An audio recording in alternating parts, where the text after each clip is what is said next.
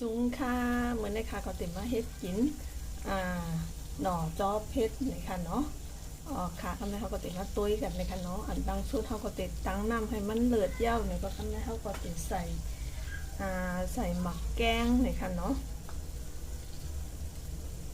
ใส่หมักแกงแล้วก็ติดใส่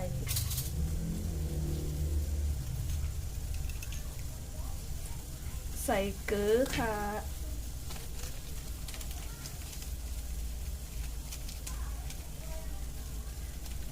แล้วก็ใส่ผงหวานค่ะ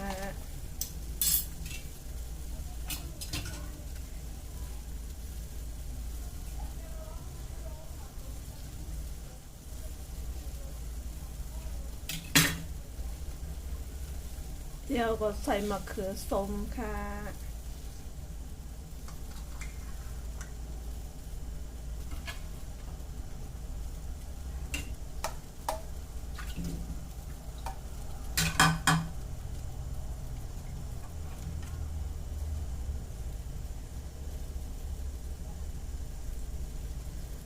เยอะกว่าอันนี้ก็ติดเป็นหน่อนะคะเนาะหน่ออันนี้ก็เขาก็ติ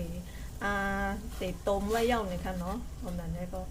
ใส่ในกำเลี้ยวเลยค่ะเนาะเพราะว่าเป็นหน่ออันจ้าเขาจะซื้อมาอันเขานึ่งไว้เนี่ยเขาก็รู้เลยมาต้มหมก30 นาทีก่อนนะคะเนาะจังไว้มาจอค่ะเนาะป้อมนั้นมันติดคั้นเลยค่ะแล้วก็กำเลยก็ติดใส่หมักพริกแรงตั้งหมักพริกเขียวเลยค่ะเนาะหมักพริกเขียวนี่ก็มันติดเฮ็ดให้หอมเลยค่ะเนาะก็ไม่ต้องใส่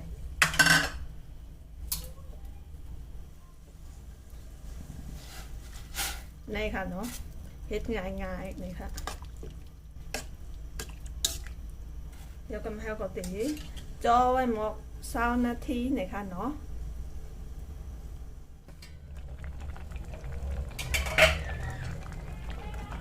หมกค่ะนี่ค่ะหน่อเขาก็